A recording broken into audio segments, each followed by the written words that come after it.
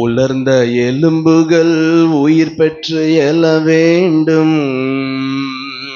ஒன்று சேர்ந்து முழு மனிதனாக வேண்டும். உலர்ந்த எலும்புகள் உயிர் பெற்று எழ வேண்டும்.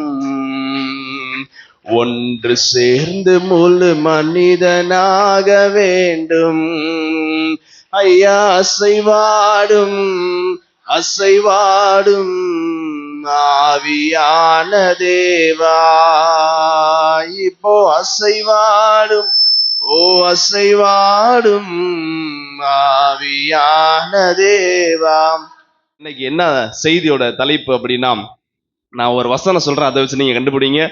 லூக்கா 9 54 57 சத்தத்தை உயர்த்தி மைக்கில் வாசிக்கலாமா? லூக்கா 9 54 55. அவருடைய சீஷராகிய யாக்கோபும் யோவானும் இயேசுவோட ரொம்ப க்ளோஸா இருந்த 3 பேர்ல பேதுரு, யோவான், யாக்கோபு. அதுல அண்ணன் தம்பிங்க யாக்கோபு, யோவான் என்ன சொல்றாங்க? ஆண்டவரே, எலியா செய்தது போல வானத்திலிருந்து அக்கினி இறங்கி இவர்களை அழிக்கும்படி நாங்கள் கட்டளையிட உமக்கு சித்தமா என்று கேட்டார்கள். இவர்களை அழிக்கும்படி நாங்கள் கட்டளையிட உமக்கு சித்தமா என்று ஏசப்பட கேட்கிறாங்க. எதுக்கு? என்னைய பாருங்க, நான் சொல்றேன் எதுக்குன்னு. அப்படியே மேல் வசந்தா நீங்க படிக்க கூடாது, என்னைய பார்க்கணும். வீட்டுல பைபிள் படிக்க சொன்னா சர்ச்சில் உட்காந்து பைபிள் படிக்கிறது, ஏன்னா வீட்டுல நேரம் இல்லைல்ல. சரி, ஏன்னா என்ன ஆகுதுன்னா, ஒரு இடத்துக்கு போய் சுவிசேஷம் சொல்ல போறாங்க, அந்த மக்கள் ஏத்துக்கல. சரிங்களா? சமாரியாவிலே சுவிசேஷம் சொல்ல போறாங்க, அந்த மக்கள் ஏத்துக்கல. உடனே இவங்களுக்கு கோபம் வந்துருச்சு. என்ன பண்றாங்க? ஆண்டவரே, நீங்க ஒரு வார்த்தை சொல்லுங்க. அதுவும் இவங்களுக்கு பவர் இல்ல. எப்படி கேக்குறானுங்க? ஆண்டவரே, எலியா செய்தது போல அக்கினியை இறக்கி இவன்களை அழிக்கும்படி நாங்க எங்களுக்கு உத்தரவு கொடும். உனக்கு தான் பவர் இல்லைல்ல. அங்க கேட்டுட்டு இருக்கான், உனக்கு தைரியம், உனக்கு பவர் இருந்தா நீ இறக்க முடியாது, எங்களுக்கு உத்தரவு கொடும் அப்படின்றான். உடனே ஏசப்பா என்ன சொல்றாங்க பாருங்க.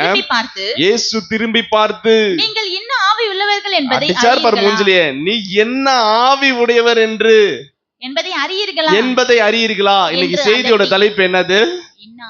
என்ன ஆவி உடையவர்கள் நீங்கள். கரங்களை தெரிவிக்கிறத மேம்படுத்துவோமா? நீங்க என்ன ஆவி உள்ளவர்கள் தான் இன்னைக்கு செய்தி.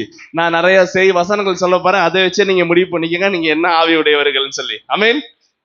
நல்லா கொத்தா மாட்டினீங்களா? இன்னைக்கு அடுத்த 1 மணி நேரம் வருத்தரலாம், ஃப்ரை தான் இன்னைக்கு. ஓகே, நல்லா பாருங்க.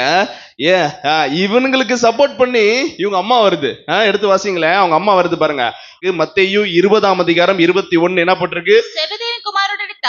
தாய் தன் குமாரனோட அவரிடத்தில் வந்து 2 பிள்ளைங்களோட யோவானையும் யாக்கோபையும் கூட்டிக்கிட்டு நேரா ஏசப்பாட்ட வந்து, உம்மிடத்தில் ஒரு விண்ணப்பம் பண்ண வேண்டும் என்றார். ஆண்டவரே, உங்கள்ட்ட ஒரு ரெக்வெஸ்ட் வைக்கணும்பா. அவர் உனக்கு என்ன வேண்டும் என்று கேட்டார். என்னமா வேணும்னு கேக்குறாரு. அதற்கு அவள், உம்முடைய ராஜ்யத்திலே, எப்படி பரலோக ராஜ்யத்திலே என் குமாரராகிய இவ்விரண்டு பேரு, எங்க 2 பிள்ளைங்க மட்டும், ஒருவன் உமது வலது பரிசத்தில், அது எப்படி ஒருத்தன் வலது பரிசத்தில், ஒருவன் உமது இடது பரிசத்தில் உட்கார்ந்திருக்கும்படி அருள் செய்ய வேண்டும். இன்னொருத்தன் இடது பரிசத்தில். அப்ப மீதி பேர்ல எங்க உட்காருவாங்க? உன் குடும்பமே ஃபுல்லா ஆக்கிரமிப்பு பண்ணிக்கிட்டா மீதி பேர்ல எங்க உட்காருவாங்க? சில ஊழியக்காரங்க எல்லாம் பாத்துறீங்க, நிறைய ஊழியக்காரங்க பாக்குறோம் வெளியில. தாம் பிள்ளை இவ்வளோண்டு பிள்ளையா இருக்கும், செய்தி கொடுக்குறேன்ட்டு உட்காந்து யூடியூப்ல பேசிட்டு இருக்கோம். வெறியா வரும். என்ன பண்றது? தலையெழுத்துன்னு மாத்திடுவோம். ஆலோசனை கொடுக்கறதுக்கு ஒரு வயசு வேணும். செய்தி கொடுக்கறதுக்கு, ஆலோசனை கொடுக்கறதுக்கு ஒரு வயசு வேணும். சின்ன பையன் ஒருத்தன் மாட்டிக்கிட்டான் தெரியுமில்ல, சென்னையில. நல்ல பையன், நல்லா அழகா பிரசங்கம் பண்ணா, கொஞ்சம் அது பேசுனதுனால போட்டு அவனை மீம்ஸ் போட்டு ஒரு வழி பண்ணிட்டாங்க. நல்ல பையன், ஆனா பாவம் தகப்பன் இறந்துட்டாரு. சரி, பாத்துக்கங்க என்ன சொல்றாரு. இங்க ஒருத்தர் அங்க ஒருத்தர் உட்கார வச்சுக்கங்க. உடனே 24 போட்டிருக்கு, இதை கேட்ட மற்ற சீஷர்கள், அந்த 2 சகோதர பேர் அவங்க 2 பேரும் மேல எரிச்சல். நம்மளுக்கே எரிச்சல் வரும்போது அவங்க எரிச்சல் வராம இருக்குமா? பாத்துங்க, நீங்களே இருக்கீங்க, பாஸ்டர் பக்கத்துல போயிட்டு, பாஸ்டர்மா என் பிள்ளைய இங்கிட்டு உட்கார வச்சுங்கன்னு சொன்னா இருக்கிறவங்க என்ன பண்ணுவாங்க? சண்டையை இழுத்துருவாங்க. அப்ப நாங்களும் எங்க உட்கார்றது அப்படின்னு கேள்வி கேட்டுறாங்க. இதே மாதிரி தான் ஒரு சிச்சுவேஷன் வந்துச்சு. யாருக்கு எப்படியாப்பட்ட ஆளுக்கு பாருங்க, மற்றவர்களை தீர்ப்பு சொல்லி அவன் ஒரு ஏசப்பா இந்த உலகத்துக்கு வந்ததே பாத்தீங்கன்னா பாவியை ரட்சிக்கிறது, மனம் திருப்பதான் இந்த உலகத்துக்கு வந்தாரு. ஆனா என்ன சொல்றானுங்க இவனுங்க? வானத்திலிருந்து அக்கினியை அனுப்பி 2 பேத்தையும், இந்த மக்களை எப்படி ஊர் மக்களே அழிக்கலாம். அவரு நம்மள்கிட்ட சொல்லாம, அவர் நினைவேக்கே பாவம் பார்த்தாரு. எவ்வளவு பெரிய ஊரு, அந்த ஊருக்கே பாவம் பார்த்தாலு இவனுங்க சொன்னோன்னு கேட்டுருவாங்களா? உடனே எல்லாத்துக்கும் முன்னாடி மூஞ்சலி அடி வாங்கினானுங்க, நீ என்ன ஆவி உடையவனா இருக்குன்னு. இவனுங்களுக்கு தான் கர்த்தர் ஒரு பேர் கொடுத்தாரு. என்ன பேர் கொடுத்தாரு பாருங்க, மார்க் 3:17. இந்த 2 பேருக்கு கர்த்தர் ஒரு பேர் கொடுத்தாரு.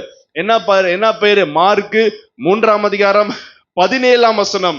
இவ்விருவருக்கும் இந்த யாக்கோபுக்கும் யோவானுக்கும் இடிமுழக்க மக்கள் என்று அர்த்தம் கொள்ளும் எப்படியா இடிமுழக்கத்தின் மக்களாம். பவனகேஸ் என்று பெயரிட்டார். பவர்னகேஸா? இடிமுழக்கத்தின் மக்கள். என்ன பேர் பாருங்க, அவ்வளவு பவர்ஃபுல்லான ஆளுங்க ஆண்டவர் பேர் கொடுக்கிறாரு. ஆனா இவனுங்க என்ன பண்றானுங்க? சன் ஆஃப் தண்டர்ஸா என்ன பேர் கொடுக்குறாங்க. இவனுங்க என்ன பண்றானுங்க? இந்த மக்களை அழிக்கிறதுக்கு எனக்கு பவர் கொடுங்கன்னு கேட்டுட்டு இருக்கானுங்க. நம்ம வீட்லயும் சன் ஆஃப் தண்டர்ஸ்லாம் இருக்காங்க, தெரியுமா? கேள்விப்பட்டிருக்கீங்களா? நம்ம வீட்லயும் இருக்காங்க. அப்பேற்பட்ட நபர்கள் மனசுல ஏசப்பாட்ட கற்றுக்கொள்ளாமல், ஏசப்பாவோட அன்பை கற்றுக்கொள்ளாமல், ஏசப்பா எதுக்கு இந்த ஊழியத்துக்கு இந்த உலகத்துக்கு வந்தார் அப்படின்ற நோக்கத்தை அறியாம என்ன பண்றானுங்க? ஏசப்பா தாயிலும் கொண்ட பரமாத்மா.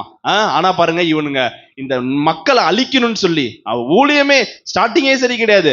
உடனே ஏசப்பா கேட்டு அவனை கண்டிக்கிறாரு. நீ என்ன ஆவி உடையவரா இருக்க? இன்றைக்கும் அந்த ஞாயிற்றுக்கிழமை காலையில் கர்த்தர் உங்கள் ஒவ்வொருவரையும் பார்த்து கேட்கிற கேள்வி என்னன்னா, சபை விசுவாச பிள்ளைகளே, போன வாரம் ஒரு பேர் கொடுத்தாரு. என்ன பேர் கொடுத்தாரு? நான் செய்தி கொடுக்கும்போது நற்குல திராட்சை செடிகள் அப்படின்னு உங்களுக்கு பேர் கொடுத்தாரா? 4வது வாரம் செய்தியில கொடுத்தாரா? உங்களை பார்த்து கருத்தை கேட்கிறாரு. நீ என் நற்குல திராட்சை செடி தான். உன்னை நல்ல ஒரு நிலத்துல, எல்ஷடாய் திருச்சபை என்ற நல்ல நிலத்துல உன்னை நான் நாட்டி இருக்கிறேன். நீ என்ன ஆவி உடையவரா இருக்கிறப்பா? அதை பத்தி இன்னைக்கு பார்க்க போறோம். அல்லேலூயா. வசனம் எடுத்து வாசிங்க. நீதிமொழிகள் 21ஆம் அதிகாரம் 2ஆம் வசனம். 21:2. மனுஷனுடைய வழிகள் எல்லாம் பார்வைக்கு செம்மையாக தோன்றும். உன் பார்வைக்கு நல்லா இருக்குது. கர்த்தரோ இருதயத்தை நிறுத்தி பார்க்கிறார். அல்லேலூயா. அதே 16ஆம் அதிகாரம் 2ஆம் வசனம். நீதிமொழிகள் 16ஆம் அதிகாரம் 2ஆம் வசனம். மனுஷனுடைய வழிகள் எல்லாம் பார்வைக்கு சுத்தமானவைகள். உன் பார்வைக்கு நல்ல மாதிரி வெள்ளை புடவை கட்டிட்டு வரோம், வெள்ளை பேண்ட், வெள்ளை ட்ரெஸ் போட்டு வரோம், பைபிள் தூக்கிட்டு வரோம், அதுவும் பைபிளை நெஞ்சோடு அணைச்சிட்டு வரோம். அப்படி அவ்வளவு பிள்ளை தூக்குற மாதிரி பைபிளை நெஞ்சோடு அணைச்சிட்டு வந்து அந்த ஒரு நேரம் மட்டும்தான் வீட்டுக்கு போனா என்ன பண்ணிடுவோம்? தூக்கி கடாசிடுவோம். எங்க செல்ஃப்ல போட்டுட்டு ஞாயிற்றுக்கிழமை, அடுத்த வாரம் ஞாயிற்றுக்கிழமை காலைல தேர்றது, பைபிளை காணாமே, போன வாரம் எங்க வச்சேன், காலையிலேயே ஃபைட் வரும். நம்ம செம்மையாக தோன்றலாம் சுத்தமானவைகள், கர்த்தரோ ஆவிகளை நிறுத்த. ஆனால் கரெக்டா படிக்கணும். கர்த்தரோ ஆவிகளை நிறுத்து பார்க்கிறார். எப்படி? ஆவின்றது சாலிடா, லிக்விடா, கேஸா?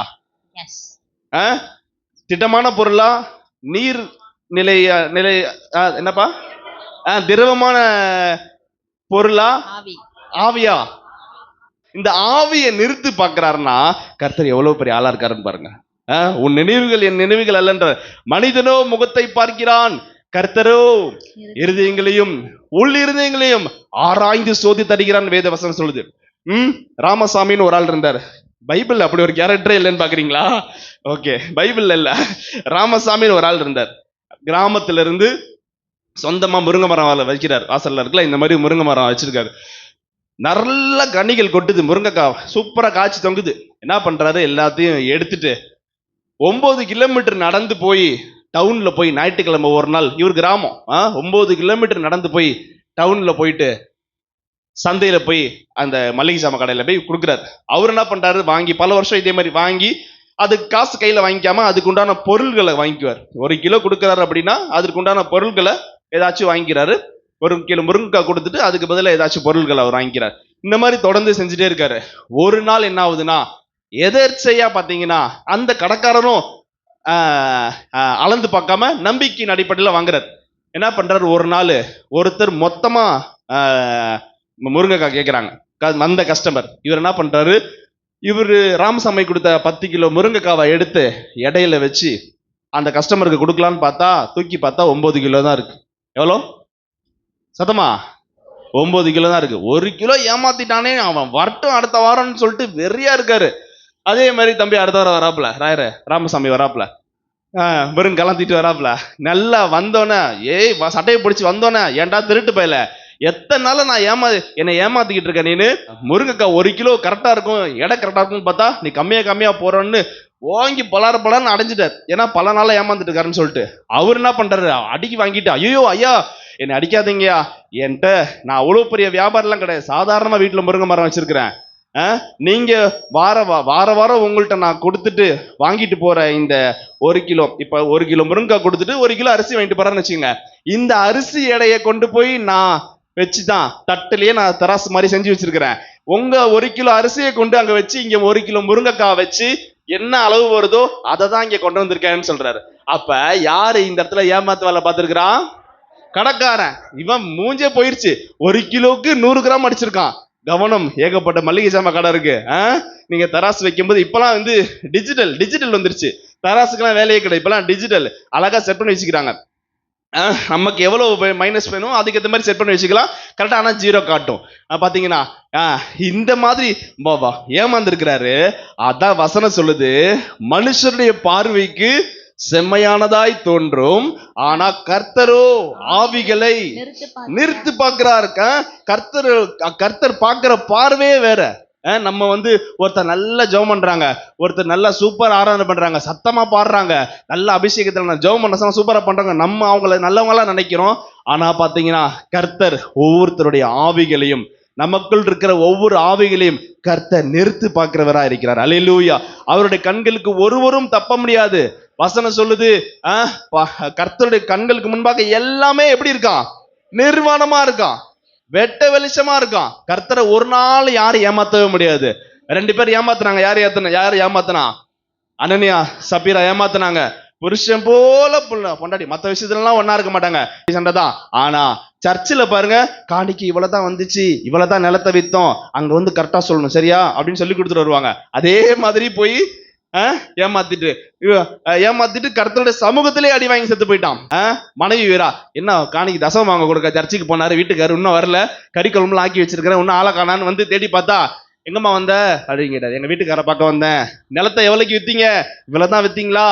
ஆமாயா இவ்வளவுதான் வித்தேன் அப்படின்னு சொல்லிச்சு. சரி, உங்க வீட்டுக்கார அடக்கம் பண்ணுன கால்கள் தம்பிங்களா இப்பதான் வந்திருக்காங்க, இவளையும் போய் அடக்கம் பண்ணுங்கன்றாங்க. பொத்தூர் வந்து அங்கேயே செத்து போயிடா. கர்த்தருடைய சமூகத்திலேயே மரணம். வசனம் உடனே போட்டிருக்கு, இந்த செய்தியை கேள்விப்பட்டவர்கள் பயம் உண்டாயிற்று, கலக்கமடைந்தார்கள். வேத வசனம் அப்படிலாம் இன்னைக்கு இல்லாதனால என்னவா, சபா ஜாலியா போயிட்டு இருக்கு. தானியேல் 5ஆம் அதிகாரம் 1ஆம் வசனம் 2ஆம் வசனம் முக்கியமானது மட்டும் வாசிங்க.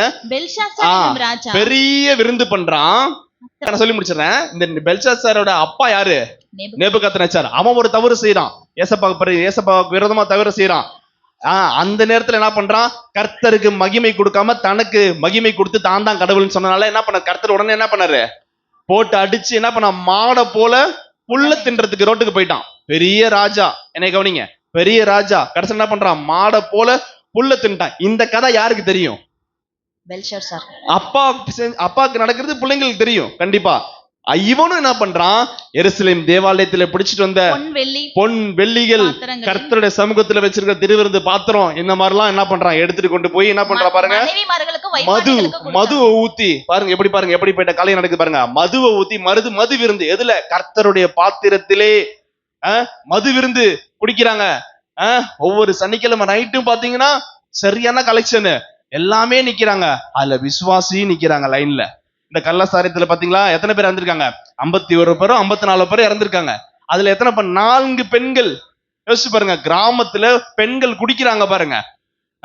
அதே மாதிரி என்ன பண்ணிருக்காங்க, இங்க குடிச்ச உடனே ஒரு விரல் வருது, கை விரல் வருது. 5ஆம் அதிகாரம் 5ஆம் வசனம், மனுஷ கை விரல்கள் தோன்றி, இவன் போதையை போட்டு இவன் நல்லா ஜாலி அடிச்சிட்டு இருக்கான். திடீர்னு கை மட்டும் வந்து என்ன பண்ண, செவுத்துல எழுது, என்ன எழுதுது?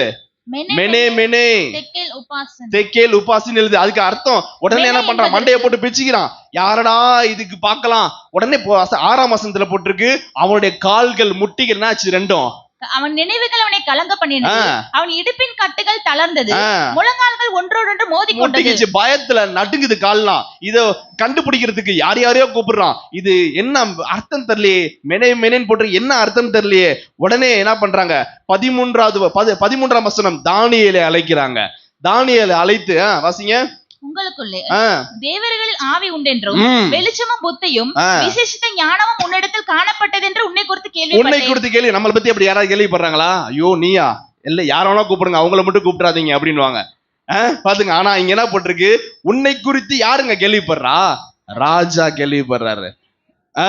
அது எப்படி? தேவர்களுடைய ஆவி ஒன்ட்டா இருக்காமே, மினிஸ்டர் நம்ம பிரைம் மினிஸ்டர் மோடி நம்ம அழைத்து உன்னை பத்தி கேள்விப்பட்டோம்பா, நல்லா பிரசங்கம் பண்ற இந்த ஏரியால அப்படின்னு சொன்னா எப்படி இருக்கும்? ஐயோ அப்படின்னு இருக்கும். அப்ப உங்களை பத்தி நல்லா சொன்னா எப்படி இருக்கும்? அதே போல என்ன பண்றாங்க, அவ்வளவு அழகா இது பண்ற. 17ஆம் வசனம் என்ன பண்றான்? ஏகப்பட்ட வெகுமதிகளை கொடுத்து இதுக்கு என்ன அர்த்தம் சொல்றேன்றான். உடனே 17ஆம் வசனத்துல என்ன போட்டிருக்கு? உன் வெகுமதிகளை நீயே இருக்கட்டும், வைத்துக்கொள், உம்முடைய பரிசுகளை வேறொன்றுக்கு எல்லாத்தையும் யார்கிட்டயே போய் கொண்டு. 18ஆம் வசனம், உன்னதமான தேவன் பைபிள் படிங்க. உம்முடைய பிதாவாகிய நேபுகாத்நேச்சாருக்கு ராஜ்யத்தையும் மகத்துவத்தையும் கனத்தையும் மகிமையும் கொடுத்தார். எல்லாத்தையும் கொடுத்தாருப்பா.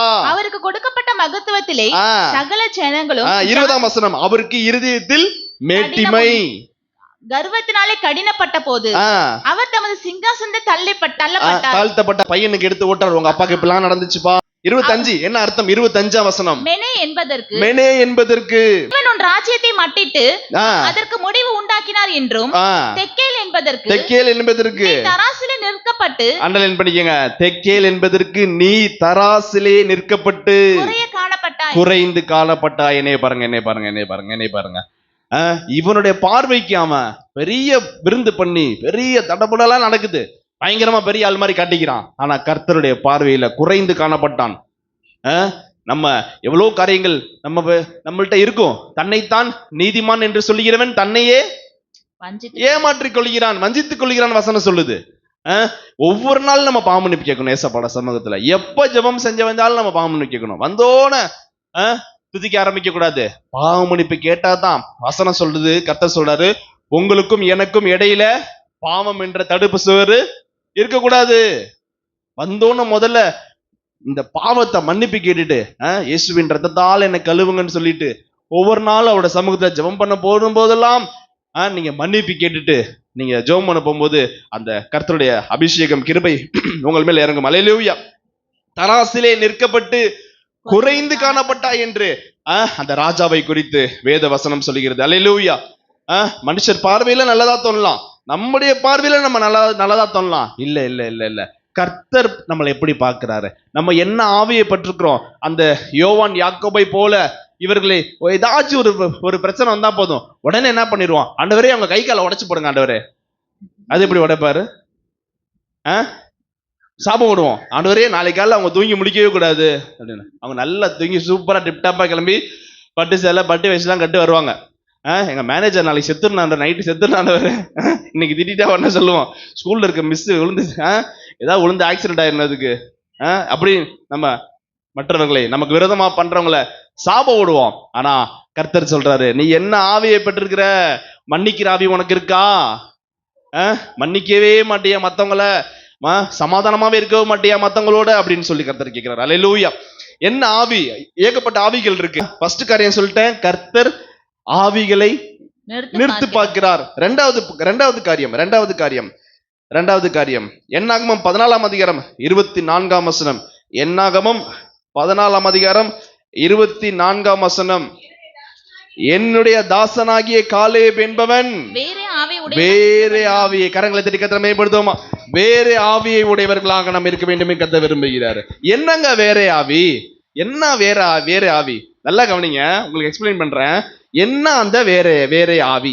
சரி பாத்துக்கங்க, 30 லட்சம் ஜனங்கள் எகிப்துல இருந்து வெளியே வராங்க.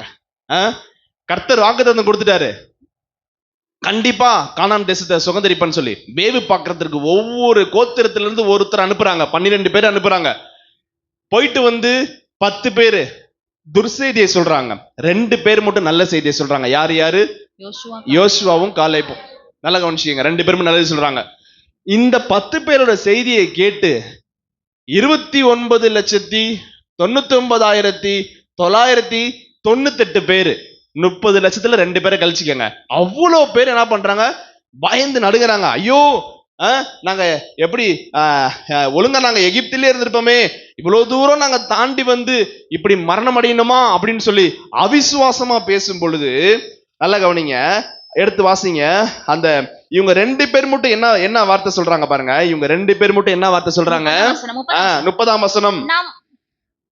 நாம் உடனே போய் நாம் உடனே 2 பேர் சொல்றாங்க, நாம் உடனே போய் அந்த தேசத்தை சுதந்தரிப்போம், நாம் அதை எளிதாய் ஜெயித்துக் கொள்வோம். கர்த்தர் நம்மேல் பிரியமா இருந்தால் கர்த்தர் நம்மேல் பிரியமா, இந்த முக்கியமான வார்த்தை, நம்மை கொண்டு போய் நம்முடைய வழிகள் பிரியமா இருந்தால் எல்லாமே நல்லதா நடக்கும் வசனம் போட்டிருக்கு. கர்த்தர் அவங்க என்ன சொல்றாங்க? கர்த்தர் நம்ம மேல, கர்த்தர் நம்ம ஈஸியா ஜெயிச்சிடலாம்பா, கர்த்தர் மட்டும் நம்ம மேல பிரியமா இருந்தால் போதும், நம்ம என்ன பண்ணலாம், ஈஸியா போய் ஓடுகிற அந்த தேசத்தை நமக்கு கொடுப்பார், பாலும் தேனும் ஓடுகிற தேசத்தை நமக்கு கொடுப்பார் என்று விரோதமாக கலகம் பண்ணாதிருங்கள் சொல்லிட்டு உடனே சொல்றாங்க, ஏசப்பாக்கு விரோதமா கர்த்தருக்கு விரோதமாக கலகம் மட்டும் செய்யாதீங்க, கர்த்தர் நம்மளோடு இருக்கிறார், அவர்களுக்கு பயப்பட வேண்டிய. எவ்வளவு விசுவாசமா சொல்றாங்க பாருங்க. போயிட்டு வந்து பாக்குறாங்க, எதிராளிய பாக்குறாங்க, பயங்கரமான ஆளா இருக்காங்க, இருந்தாலும் கலகம் உண்டாக்காதீங்க, கர்த்தருக்கு விரோதமா பேசாதீங்க, அவிசுவாசமா பேசாதீங்க, உங்களால ஒண்ணு பண்ண, வீட்டுல பிரச்சனைகள் போராட்டங்கள் இருக்கும், ஐயோ அவ்வளவுதான் முடிஞ்சு போச்சு, அவ்வளவுதான் முடிஞ்சு போச்சுன்னாதீங்க. எவ்வளவு சிச்சுவேஷன் சூழ்நிலைகள் இருந்தாலும் விசுவாசமா பேசாட்டினா கூட பரவாயில்ல, நலமானவைகளும் பேசாமல் வாயை பொத்துக்கொண்டேன், நல்லதை கூட பேசாம வாயை பொத்திக்கிறம்பா அப்படி இரு, இது நல்லது. எது? விசுவாசமா பேசுறது நல்லது. உன்னால பேச முடியலன்னா வாயை முடிக்கின்றார் ஆண்டவர். அவிசுவாசமா பேசாத, அவிசுவாசமா பேசினா அப்படியே நடந்துரும். மரணமும் ஜீவனும் நாவின் அதிகாரத்தினால் இருக்கிறது. வசனம் அழகப்பட்டு பாருங்க, அதன் கனிகளை விரும்புகிறவர்கள் புசிப்பார்கள். என்ன விரும்புறியோ அதை நீ புசிப்ப. விசுவாசமா பேசாட்டா கூட பரவாயில்ல, அவிசுவாசமா பேசி கெட்டதை புசிச்சிராத. அல்லேலூயா. எவ்வளோ எவ்வளவு பாருங்க, கர்த்தர் மேல் நம்பிக்கை, கர்த்தர் நம்ம மேல் பிரியமா இருந்தால் நம்மை கொண்டு போய் பாலும் தேனும் ஓடுகிற தேசத்தில் நமக்கு சுதந்திரமாக கொடுப்பார், நீங்கள் பயப்பட வேண்டாம், கர்த்தர் நம்மளோடு கூட இருக்கிறார் என்று விசுவாசமாய் பேசினார்கள். அப்பொழுது இதுதான் என்ன ஆவி? வேறே ஆவி. அப்ப இத்தனை நாள் வேறே ஆவினா என்னமோ யோசிச்சுட்டு இருந்தீங்க, என்னமோ ஆவி வேற்று கருத்துல இருக்கும் போல, வேறே ஆவி இல்ல இல்ல இல்ல இல்ல. வேறே ஆவி அப்படின்னா என்னது? விசுவாசமாய் பேசுவது தான் வேறே ஆவி. அல்லேலூயா. அவிசுவாசமா பேசுனீங்கன்னா அது வந்து சாதாரண இதாயிரும், தோல்வியில முடிஞ்சிரும். வேறே ஆவி என்னது? எவ்வளவு சூழ்நிலைகள் இருந்தாலும் சரி, கர்த்தர் என்னை நிச்சயமாக காப்பாற்றுவார். இந்த வேற ஆவி இன்னொருத்தவங்களுக்கு இருந்துச்சு. யாருக்கு இருந்துச்சு? சாத்ராக் மேஷாக் ஆபேத்நேகோவுக்கு இருந்துச்சு. அவர் எங்களை காப்பாற்றினாலும் சரி, காப்பாற்றாமல் போனாலும் சரி, அந்த நெருப்புல கூட நாங்க எங்க உயிரை விட தயாரா இருக்கோம், ஆனா நீ வச்சிருக்கிற அந்த சிலையை நாங்க வணங்கவே மாட்டோம். அல்லேலூயா, அல்லேலூயா. பாத்தீங்க, அவ்வளவு ஒரு விசுவாசமாய், முரட்டுத்தனமான விசுவாசம் யோபுக்கு இருந்துச்சு. என்ன சொன்னாரு? அவர் என்னை கொன்று போட்டாலும், நான் செத்தே போனாலும் ஏசப்பாவை நான் மறுதலிக்க மாட்டேன்பா, அவர் மேல் நம்பிக்கையா இருப்பேன். இதுதான் வேறே ஆவி. அல்லேலூயா. என்ன ஆவி உடையவர்கள் நீங்கள்? கர்த்தர் கேட்கிறாரு. இந்த ஞாயிற்றுக்கிழமை காலை வெளியிலே ஏதோ சர்ச்சுக்கு வந்தோம், கிளம்பி வந்தோம், மேக்கப் பண்ணிட்டு வந்தோம், சர்ச்சுக்கு வந்தோம், பாட்டு போனோம், டான்ஸ் ஆடணும், இல்ல இல்ல இல்ல இல்ல. கர்த்தர் உங்கள் ஒவ்வொருவரையும் பார்த்து ஒரு கேள்வி கேட்கிறாரு. நீங்க என்ன ஆவி உடையவர்கள்? மன்னிக்கிற ஆவி உங்களுக்கு இருக்கா? இல்ல யாக்கோபு யோவானை போல அடிங்க ஆண்டவரே, அவங்கள சாவடிங்க ஆண்டவரேன்னு தீர்ப்பு சொல்றியா? வேறே ஆவி உங்களுக்கு இருக்கா? விசுவாசமான ஆவி இருக்கா? ரெண்டு காரியங்களை கர்த்தர் உன்கிட்ட கேட்கிறார். அல்லேலூயா, அல்லேலூயா. அடுத்தது பாருங்க, அடுத்தது என்ன ஆவி? மூன்றாவது ஆவி என்ன ஆவி? மல்கியா 2ஆம் அதிகாரம் 15ஆம் வசனம் 16ஆம் வசனம், லாஸ்ட் லைன் மட்டும். மல்கியா 2ஆம் அதிகாரம் 15, 16. உங்கள் ஆவியை குறித்து எச்சரிக்கையாயிருங்கள்.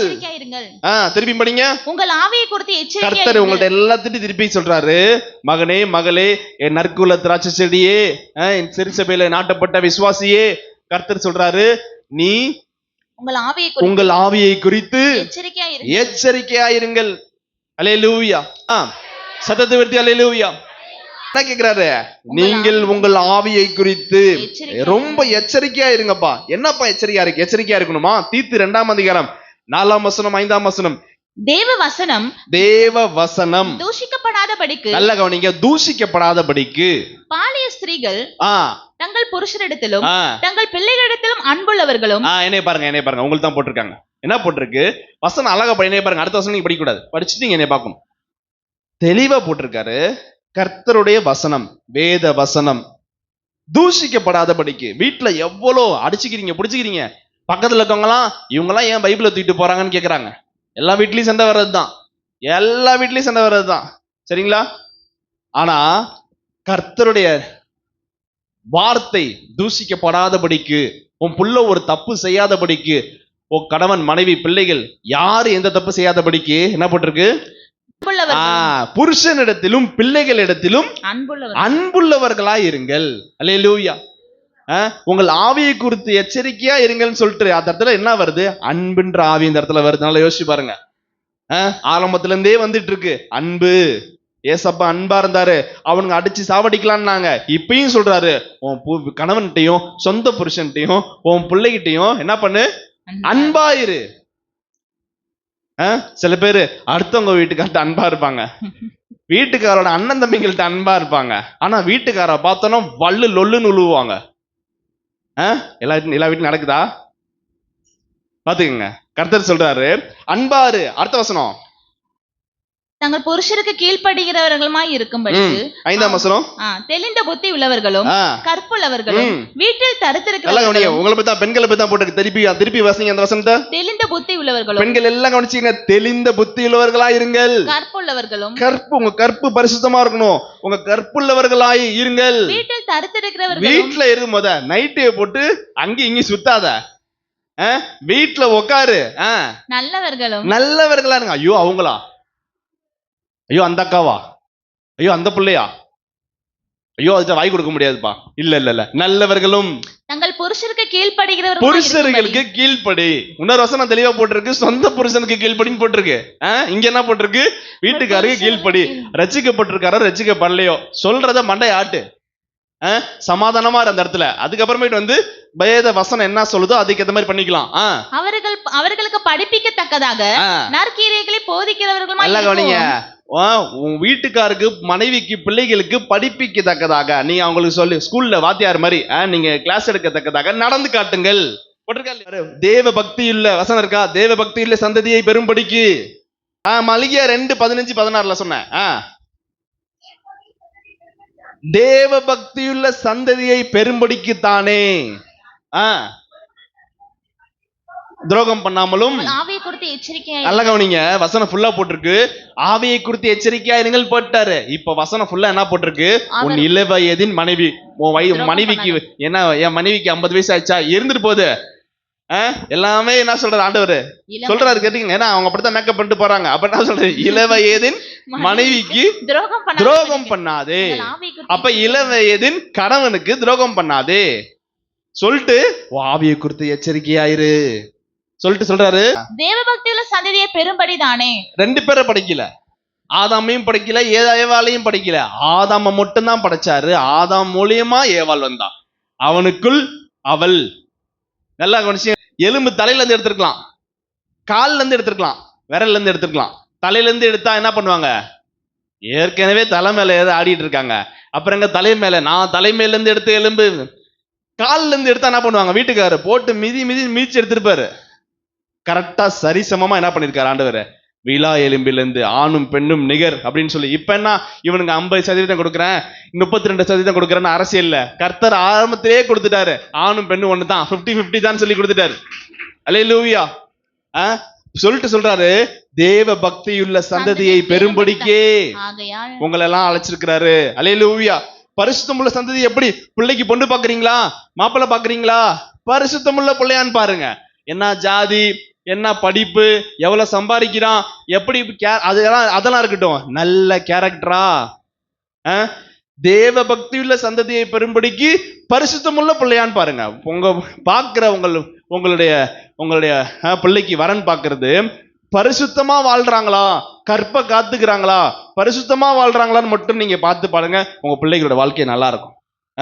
ஜாதி பார்த்து, பணத்தை பார்த்து, அந்தஸ்தை பார்த்து, அதை பார்த்து, இதை பார்த்து, எல்லாம் சாஸ்திரம் பார்த்து, அதெல்லாம் ஜாதகம் பார்த்து எல்லாம் செஞ்சு ஹனிமூன் போயிட்டு வரன்ட்டு வெறும் வண்டி தான் வருது, ஆள் போயிடுறாங்க, எங்கேயாவது தவறி விழுந்துடுறாங்க, தள்ளி விட்டுறாங்க.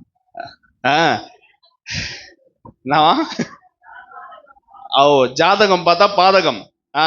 பாத்துக்கங்க. ஆனா கர்த்தர் என்ன பண்றாரு? பரிசுத்தம் உள்ள சந்ததியை பெரும்படிக்கு. அல்லேலூயா. அல்லேலூயா. பார்த்தாதான் பரிசுத்தம் உள்ள சந்ததியை பெரும்படிக்கு அப்படின்னு அந்த வசனம் ஃபுல்ஃபில் ஆகும். நான் சொல்றது உங்களுக்கு புரியுதா? அல்லேலூயா. 2 தீமோத்தேயு 1:5 என்ன போட்டிருக்கு? 2 தீமோத்தேயு 1:5.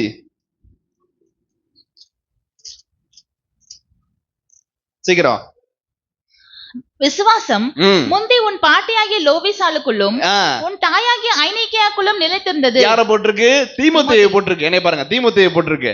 தாய் தகப்பன் பரிசுத்தமா இருந்தா பரிசுத்த சந்ததியை பெற்றெடுக்கிறாங்க. யார? தீமோத்தேயுவ. என்னைய பாருங்க. நான் சொல்றது உங்களுக்கு புரியுதா? பரிசுத்த சந்ததியை பெரும்படிக்கு தான் கர்த்தர் நம்மளை அழைத்திருக்கிறாரு.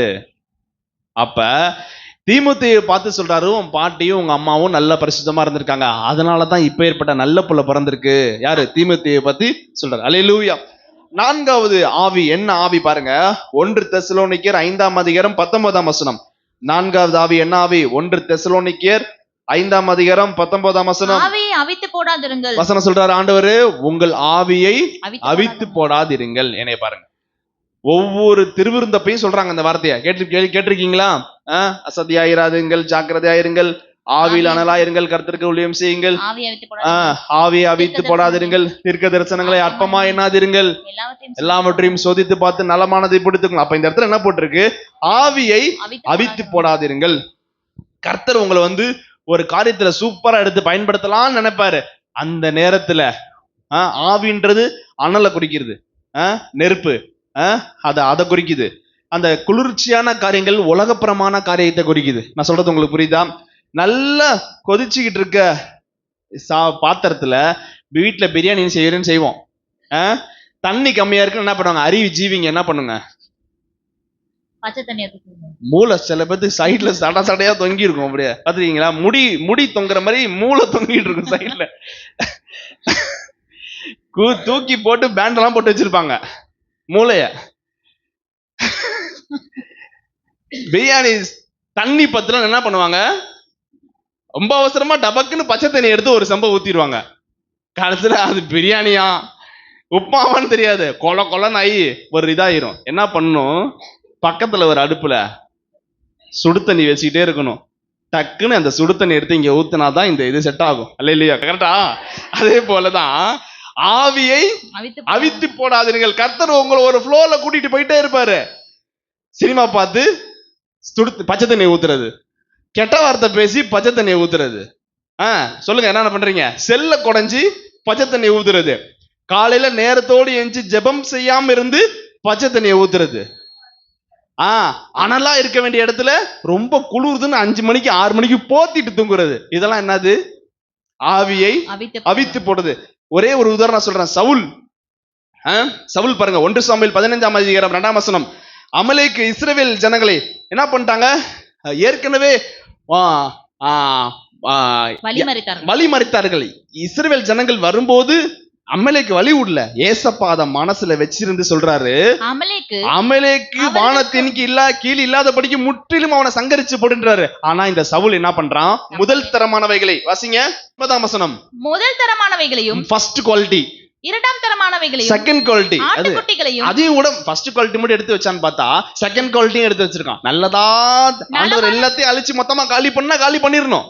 ஆனா ஃபர்ஸ்ட் காரியங்கள்லாம் எடுத்து வச்சு ரெண்டாவது செகண்ட் காரியத்தையும் எடுத்து நலமானது எல்லாத்தையும் அழித்து போட மனம் இல்லாமல் தப்ப விட்டு அற்பமானவைகள் உதவாதது சகலத்தையும் என்ன பண்றான்? அழித்து போடுறான். கர்த்தர் சொல்றாரு, மொத்தமா காலி பண்ணுறாரு. மேல வசனம் சொல்லிருக்காரு, 2ஆம் வசனத்துல சொல்லிருக்காரு, அமலேக்கு இடம் கொடுக்கலப்பா. கர்த்தர் எத்தனை வருஷம் கழிச்சு மனசுல வச்சு செய்யறாரு பாருங்க. யார வச்சு செய்யறாரு? கொஞ்சம் மிச்சம் மீதி இருக்கானுங்க, யார வச்சு அழிக்கிறாரு? பல வருடங்கள் கழித்து யார வச்சு அழிக்கிறாரு? சவுலை வச்சு அழிக்கலான்னு கர்த்தர் உங்களை வச்சு ஒரு சூப்பரான காரியம் கொண்டு போறதுக்கு பண்ணிட்டு இருப்பாரு. அவரோட நோக்கத்தை, திட்டத்தை, பெரிய காரியத்தை நிறைவேற்றலான்னு போயிட்டு இருக்கும் பொழுது மாம்சிகமான காரியத்துல விழுந்து போயிடுறோம்.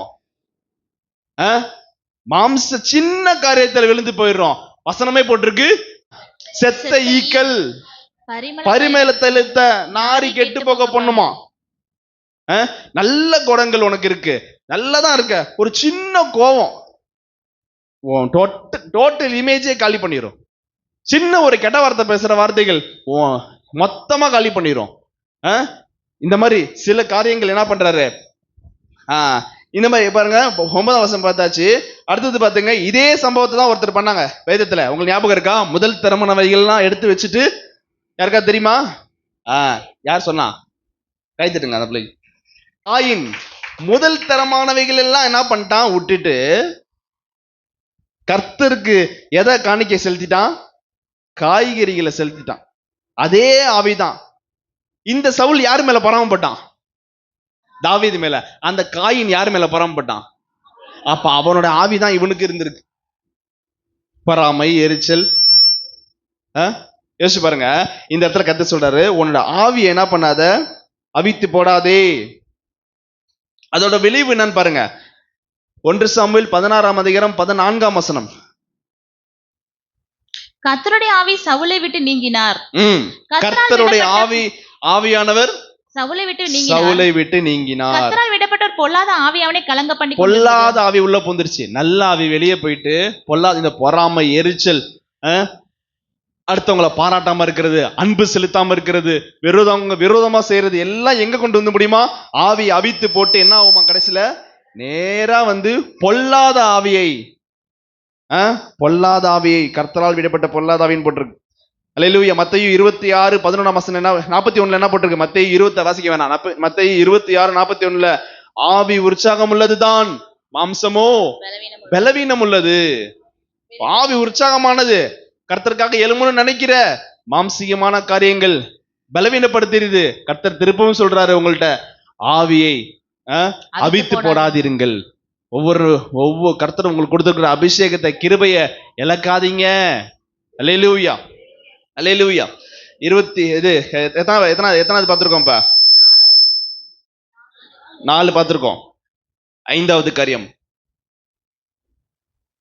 நீதிமொழிகள் 25:28. நீதிமொழிகள் 25 வரிசையா சொல்லுங்க பார்க்கலாம். ஃபர்ஸ்ட் காரியம் என்ன? முதலாவது காரியம், கர்த்தர் ஆவிகளை நிறுத்தி பார்க்கிறார். 2வது, வேற ஆவி உங்களுக்கு வேண்டும். 3வது, உங்கள் ஆவியை குறித்து எச்சரிக்கையாயிருங்கள் கர்த்தர் சொல்றார். அல்லேலூயா.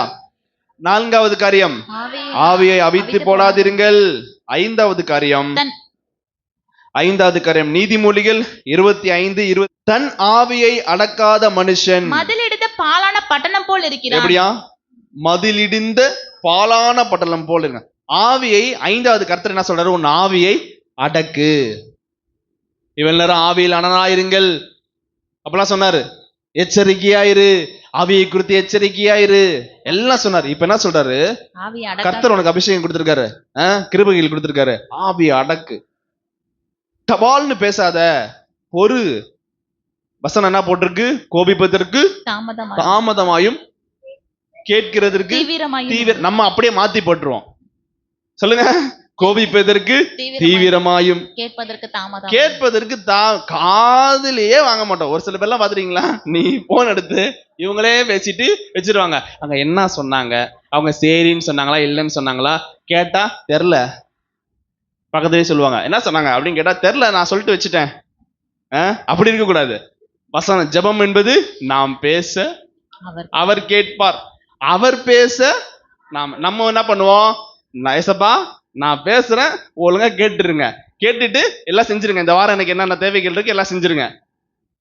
பதிலுக்கு அவர் ஏதாவது சொல்லுவாரு, கேளுங்க. அந்த வேலையை செய்யாத, அந்த காரியத்தை எடுக்காத, இங்க போவாத, இங்க வராத சொல்லுவார். பதில் கேட்டுட்டு போங்க. அல்லேலூயா. அப்ப இந்த இடத்துல என்ன போட்டிருக்கு? ஆவியை அடக்கு. அப்போஸ்தலர் 6:2 என்ன போட்டிருக்கு? அப்பொழுது 12 சீஷர் கூட்டத்தை வரவழைத்து இந்த என்ன பண்றாங்க? இந்த பந்தி விசாரிப்புக்காரன் யார்? அந்த இடத்துல யார் வரா? ஸ்தேவான் வராரு. சரிங்களா? நல்லா என்னைய பாருங்க, எழுதிட்டு என்னைய பார்க்கணும் நீங்க.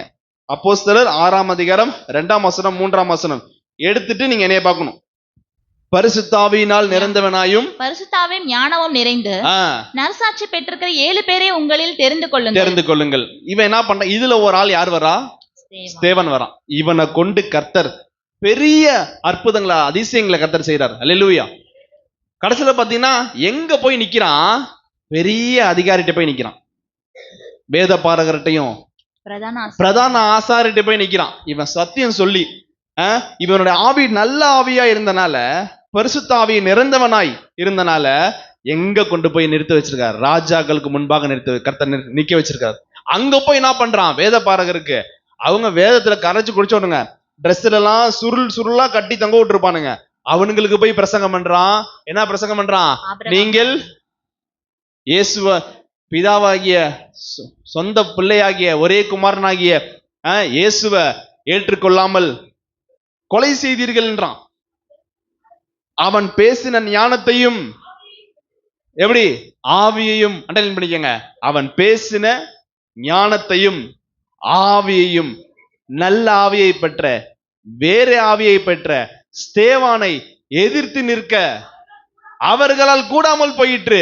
வேற ஆவி உங்களுக்குள்ள இருக்கும் பொழுது, கர்த்தருடைய அபிஷேகம், கிருபை, விசேஷித்த அந்த ஆவி உங்களுக்குள் இருக்கும் பொழுது ஒருவனும் உங்களுக்கு முன்பாக ஏத்து நிற்கவே முடியாது. அவங்களை நீங்க சபிச்சு ஜெபம் பண்ண அவசியமே இல்ல. ஏசப்பா இல்ல சத்துருக்களை சிநேகின்றாரு. நீ நல்ல விவேகமா இரு, நல்ல வேத வசனம் படிச்சு அபிஷேகத்துல நிரம்பி, காலையிலேயே அபிஷேகத்தை நிரம்பி வேற ஆவியாய் போய் நில்லு. ஒண்ணு இல்லாம வெளிச்சத்துக்கு முன்பாக இருள் நிக்க முடியுமா? வெளிச்சத்துக்கு முன்பாக இருள் நிக்க முடியுமா? வெளிச்சம் வரும்போதுதான் இயேசுவின் நாமத்தில் அப்பால போ, இயேசுவின் நாமத்தில் அம்மால போ அப்படின்னு சொல்லுதா? இருள வெளிச்சம் வருது, இருள் போகுது. அப்ப வேற ஆவியை பெற்ற நீ உள்ள வரும்போது, வேலைக்கு போகும்போது, படிக்கும் பொழுது, வீட்டுக்குள்ள கால் வைக்கும் போது, எங்க போனாலும் எல்லாம் உனக்கு விரோதமா இருக்கிறது எல்லாம் ஆட்டோமேட்டிக்கா எதிர்த்து நிற்க முடியாமல் ஓடி போகும். அல்லேலூயா, அல்லேலூயா. பாத்துக்கங்க, இந்த இடத்துல தெளிவா போட்டிருக்கு பாருங்க. அப்போஸ்தலர் 7ஆம் அதிகாரம் 56ஆம் வசனம். இவன் நல்ல ஆவியை பெற்று சூப்பரா சுவிசேஷம் சொன்னோன்னே ஒண்ணு நடக்குது பாருங்க. 56ஆம் வசனம். அதோ வானங்கள் திறந்திருக்கிறது சொல்றான். இதோ வானங்கள் திறந்திருக்கிறதையும் மனுஷகுமாரன் தேவனுடைய வலது மனுஷகுமாரன் பிதாவாகிய தேவனுக்கு வலது பரிசத்தில் நிற்கிறதையும் காண்கிறேன். அல்லேலூயா. வேற ஆவியை பெற்றிருந்தா உன்னோட விஷன் எல்லாம் வேற மாதிரி இருக்கும், உன் பார்வை வேற மாதிரி இருக்கும். மத்தவங்க பாக்குற மாதிரி நம்ம பார்க்க மாட்டோம். பாக்குறான், வானத்தை பாக்குறான், எல்லாத்துக்கும் வானம் தெரியுது. இவனுக்கு மட்டும் பிதா பக்கத்துல வலது பக்கத்துல இயேசுவானவர் எழுந்து நிற்கிறாராம். அல்லேலூயா. விசுவாசமாய் ஒருத்தன் இருக்கும் பொழுது, வேற ஆவியை பெற்ற ஒருத்தன் இருக்கும் பொழுது அவனுக்கு எவ்வளவு ஆசீர்வாதங்கள் கிடைக்குது பாருங்க. அல்லேலூயா. என்ன பண்றாரு உடனே? 59ஆம் அதிகாரம் 59ஆம் வசனம். கர்த்தராகிய இயேசுவே, எல்லாம் அடிக்கிறாங்க, இவனை களி பண்றாங்க. இவன் உடனே சொல்றான், கர்த்தராகிய இயேசுவே ஆவியை ஏற்றுக்கொள்ளும், என் ஆவியை எடுத்துக்கொள்ளும். இதே மாதிரி வேதத்துல சொன்னது யாரு? ஏசப்பா. ஏசப்பா பிதாவே என் ஆவியை ஒப்பு கொடுக்கிறேன்னு சொன்னாரு. அதே போல சொல்றான், என் ஆவியை எடுத்துக்கொள்ளும் அப்படின்னு சொல்லிட்டு 60ஆம் வசனம் அழகா பேசலாம் பாருங்க. அவனோ முழங்கால் படியிட்டு, என்ன ஆவி உடையவர்கள் நீங்க, என்ன பேசலாம் பாருங்க. முழங்கால் படியிட்டு, ஆண்டவரே இவர்கள் மேல் இந்த பாவத்தை சுமத்தாதீங்கப்பா, நீ மன்னிக்கிறியா? இல்ல எலியாவை போல எங்களுக்கு பவர் கொடுங்க, நாங்க அவங்கள கால கையை உடைக்கணும், வானத்துல இருந்து அக்கினி அனுப்பி அவங்களை எரிச்சு போடணும்னு சொல்றியா? இயேசுவை போல செய்யறான் பாருங்க. ஏசப்பா மன்னித்துட்டு தாம் செய்வது இன்னதென்று அறியாமல் செய்கிறார்கள் சொல்லிட்டு என் ஆவியை எடுத்துக்கொள்ளுன்னு சொன்னாரு. இவன் என்ன பண்றான்? ஆண்டவரே என் ஆவியை எடுத்துக்கொள்ளுங்கன்னு சொல்லிட்டு முழங்கால் படிட்டு அவ்வளவு வலி, கல்லால் அடிக்கிறானுங்க, மண்டை உடைச்சு ரத்தம் ஊத்துது, எந்திரிச்சு நிக்க கூட பலன் இல்ல. முழங்கால் படிட்டு இவர்கள் மேல் இந்த பாவத்தை சுமத்தாதீரும். ஏசப்பா கேட்கிறார், நீங்க என்ன ஆவி உடையவர்கள்? மற்றவர்களை மன்னிக்கிறீங்களா? இல்ல அவங்களை அடிங்க ஆண்டவரே, அவங்களுக்கு விரோதமா செய்யுங்க ஆண்டவரே அப்படின்னு ஜெபம் பண்ணீங்களா? இனிமேல் உங்கள் ஜெபம் ஒரு நாளும் அடுத்தவங்களை நியாயம் தீர்க்கிற ஜெபமா இருக்கவே கூடாது. எத்தனை பேர் ஆமேன்னு சொல்றீங்க? ஆமேன். சத்தத்தை உயர்த்தி ஆமேன்னு சொல்லுவோமா? இனி ஒரு நாளும் சொல்லுங்க, இனி ஒரு நாளும். ஏசப்பா சொல்லுங்க, இனி ஒரு நாளும் என்னுடைய ஜெபம் மற்றவர்களை நியாயம் தீர்க்கிற ஜெபமா இருக்காதுப்பா. ஆமேன். பாத்துக்கங்க. அப்ப இது எத்தனாவது பாயிண்ட்? இது 5வது பாயிண்ட். 6வது பாயிண்ட் பாருங்க. கர்த்தர் சொல்றாரு, ஆறாவது பாயிண்ட் பாருங்க. ரோமர் 12ஆம் அதிகாரம் 11ஆம் வசனம். ரோமர் 12:11 என்ன போட்டிருக்கு? ரோமர் 12ஆம் அதிகாரம் 11ஆம் வசனம். ஆவியிலே அனலாயிருங்கள், கர்த்தருக்கென்று ஊழியம் செய்யுங்கள். ஊழியத்துக்கு போறீங்களா? ஆவியிலே அனலாயிட்டு போங்க. எப்படிங்க ஆவியிலே அனலாவது? நல்ல ஊழியத்துக்கு போறதுக்கு முன்னாடி முந்தின நாளோ அன்னைக்கு பகல்லையோ நல்ல அபிஷேகத்தில் நிரம்பி கதவை சாத்திக்கிட்டு சத்தமா அந்நிய பாஷை பேசி நல்ல ஃபுல் பவரோட நீங்க ஒரு இடத்துக்கு போகும்போது ஆட்டோமேட்டிக்கா பேய் பிசாசுகள் எல்லாம் ஓடும். ஏசப்பா அந்த ஊருக்குள்ள காலை வச்சோன்னே என்ன ஆச்சு? ஒவ்வொரு ஊர்லயும் சாத்தான் அங்கங்க கத்த ஆரம்பிச்சுட்டான். எங்களை வேதனைப்படுத்தவா இங்க வந்தீர்? போய் ஜெபமே பண்ணல. கல்றையில போய் ஓ அப்படின்னு சொல்லவே இல்லை. அவன் லேகியோன், பக்காவான லேகியோன் அவன். ஏன்னா பயங்கரமான பிசாசு அவன். ஒரு லேகியோன் எத்தனைக்கு சமமா? 6000 தூதர்கள்ன்றாங்க. அது அப்படி இங்க போட்டுக்குங்க. 6000 பிசாசு. 6000 பிசாசு. 6000 பிசாசு. ஒரு பிசாசே நம்மளுக்கு ஓட்ட முடியல. ஒருத்தனுக்குள்ள 6000 பிசாசு இருந்தா அவன் பாவம் நொந்து வெந்து அவன் ஒரு வழி ஆயிருப்பான். யாராலையும் அவன் நடக்கவும் இல்லையா. பார்க்க 1, சாயந்தரம் அடிச்சா 2, தெரியுமா? 2 நபரா இருப்பாங்க. மத்த நேரத்தை தள்ளி விட்டா விழுந்துருவாங்க. ஆனா தண்ணிய போட்டாங்கன்னு நீங்க கல்லு மாதிரி ஸ்ட்ராங்கா இருப்பாங்க. கர்த்தருக்குள் நிலைத்திருப்பேன் அப்படின்னு சொல்லி எவ்வளவுதான் ஆட்டினாலும் நான் மலையுமே ஏன்னா கண்மலையின் மேல் கட்ட வீட்டை போல ரொம்ப அஸ்திபாரம் ஸ்ட்ராங்கா இருக்கும். அடுத்த நாள் காலை பாருங்க அப்படியே சாஃப்டா ஆயிருவாங்க. தள்ளி விட்டா விழுந்துருவாங்க. ஆனா பாத்துக்கங்க, இவன் என்ன பண்றான்? 6000 பிசாசுகள். ஏசப்பா அந்த ஊருக்குள்ள காலை வச்சோன்னு என்ன பண்ணுச்சு? கத்தி என்ன சொன்னுச்சு? எங்களை வேதனைப்படுத்த காலம் செல்வதற்குள் எங்களுக்கு ஒன்னும் டைம் இருக்கியா? இன்னும் 6 மாசம் இருந்து நாங்க வேலையை கட்டணும். காலம் முடியறதுக்கு முன்பாக எங்களை வேதனைப்படுத்தவா இந்த ஊருக்கு வந்தீர்? அதுவே கேட்டுக்குது. என்ன கேக்குது? வந்துட்டீங்க, என்ன பண்றது? எப்படி துரத்தாம விட மாட்டீங்க? போறதே போறோம், அந்த பன்னிக்குள்ள பூந்து செத்து போயிடுறோம் அப்படின்ட்டு ஆண்டவர் ஒண்ணு சொல்ல போனாரு. இதுவே தான் பேசிட்டு இருந்துச்சு. நீ போனாரு, என்னாச்சு? கடல்ல விழுந்து எல்லாம் பாருங்க, ஒரு உயிரை எடுத்துட்டு தான் போது பாருங்க. கர்த்தர் சொல்றாரு, ஆவியிலே அனலாயிருங்கள். ஆவியிலே அனலா இருந்தார் ஒருத்தர். யாரு? 2 ராஜாக்கள் 4ஆம் அதிகாரம் எடுத்து வாசிங்க. 2 ராஜாக்கள் 4ஆம் அதிகாரம் எடுத்து வச்சுட்டு என்னைய பாருங்க. நீங்க படிச்சுட்டு இருப்பீங்க. 2 ராஜாக்கள் 4ஆம் அதிகாரம் எடுத்துட்டு என்னைய பாருங்க. நான் கதையை சொல்லிடுறேன். பாத்தீங்கன்னா அதுல போட்டிருக்கு பாருங்க, குழந்தையே இல்லாம இருக்கு. நல்லா கவனிச்சிங்க. குழந்தை இல்ல, என்னைய பாருங்க, குழந்தை இல்ல. இந்த ஊழியக்காரர் எலியா எப்போ அந்த ஊருக்கு போய் பாரு, எலிசா எப்ப அந்த ஊருக்கு போனாலும் அந்த பொண்ணு வீட்டுல போய் தங்குவார். எலிசா கடைசி என்ன பண்றாரு? ஒரு நாள் அவங்க வீட்டுக்கார்ட்ட சொல்றாரு, அந்த பொண்ணு சொல்றா, இந்த மனுஷன் பரிசுத்தவான் என்று காண்கிறேன். நம்மளை பார்த்து அப்படி பார்க்க முடியுமா? ஒருத்தரப்பா, ஐயோ மொழியை பார்த்தாலே பயமா இருக்கு, திருட்டு மொழி, தூக்கிட்டு போயிடுவான், எடுத்து உள்ளவை அப்படின்றாங்க நம்மளை பார்த்தா. ஆனா இந்த மனிதனை பார்த்தா பரிசுத்தம் உள்ளவன் போல எனக்கு காணப்படுது. வீட்டு மாடி, அவர் ரொம்ப பணக்காரின்னு போட்டிருக்கு. வீட்டு மாடியில அவருக்கு ஒரு வீடை கட்டிருங்க. அவர் எப்பெல்லாம் இங்க வந்து ஊழியம் செய்றாரோ அப்பெல்லாம் என்ன அவளுக்கு குறைன்னு சொல்லவே இல்லை. எலிசா கேஎஸ்சி என்ன பண்ற? கேஎஸ்சி மூலியமா கேட்கிறாரு எலிசா கேட்கிறாரு, அவளுக்கு என்னப்பா குறை அப்படின்னு கேட்டானே தெரியல. கடைசியில அவனுக்கு என்ன வேணும்? எதுவுமே வேணான்ட்டா. இவனா சொல்றான், அவளுக்கு புள்ள இல்ல. சரி, கூப்பிட்டு உற்பவ காலத்துல உனக்கு ஒரு பையன் பிறப்பு. அதே மாதிரி பையன் பிறந்துட்டான், சந்தோஷமா இருக்கா, எல்லாம் பண்ணிட்டு இருக்கா. திடீர்னு என்ன பண்ணுது? அந்த குழந்தை தலை நோவுகிறது அப்படின்னு சொல்லிட்டு என்ன பண்ணுது? தலை ரொம்ப வலிக்குதுன்னு 1 சைடு தலைவலி போல, புள்ள பாவம் செத்து போச்சு. இவன் என்ன பண்றான்? நேரா குழந்தை செத்தோன கத்தி ஊரை கூட்டி வீட்டுக்கார்ட்ட சொல்லி அதை பண்ணி இதை பண்ணி பிரச்சனை பண்ணாம நேரா மாடியில ஊழியக்காரரோட ரூம்ல போயிட்டு அவரோட கட்டில் அந்த குழந்தைய படுக்க வச்சுட்டு வீட்டுக்கார்ட்ட சொல்றா, நான் ஊழியக்காரரை பார்க்க போனோம், எனக்கு வண்டி ரெடி பண்ணி கொடு, கூட ஒரு ஆளு எனக்கு துணைக்கி கொடுன்னாரு. அதே மாதிரி நேரா ஒட்டகத்துல கழுதையில சேனை வச்சு நேரா வந்துட்டாங்க. தூரத்துல வரும்போதே எலியா பார்த்து கேட்கிறாரு, என்ன மேட்டர்ன்னு சொல்ல ஏசப்பா. ஆனா தூரமா வரத பார்த்துட்டு அதை காட்டுறாரு பாருங்க. அப்ப ஒரு சில நேரத்துல காட்டுவாரு, ஒரு சில நேரத்துல காட்ட மாட்டாரு. தூரத்துல வரத பார்த்தேன், சுனேமியல் வரா, கேஎஸ்சி அனுப்பி உனக்கு என்ன வேணும், வீட்டுல நல்லா இருக்காங்களா, பிள்ளைங்க நல்லா இருக்கா, எல்லாம் கேளுன்றாரு.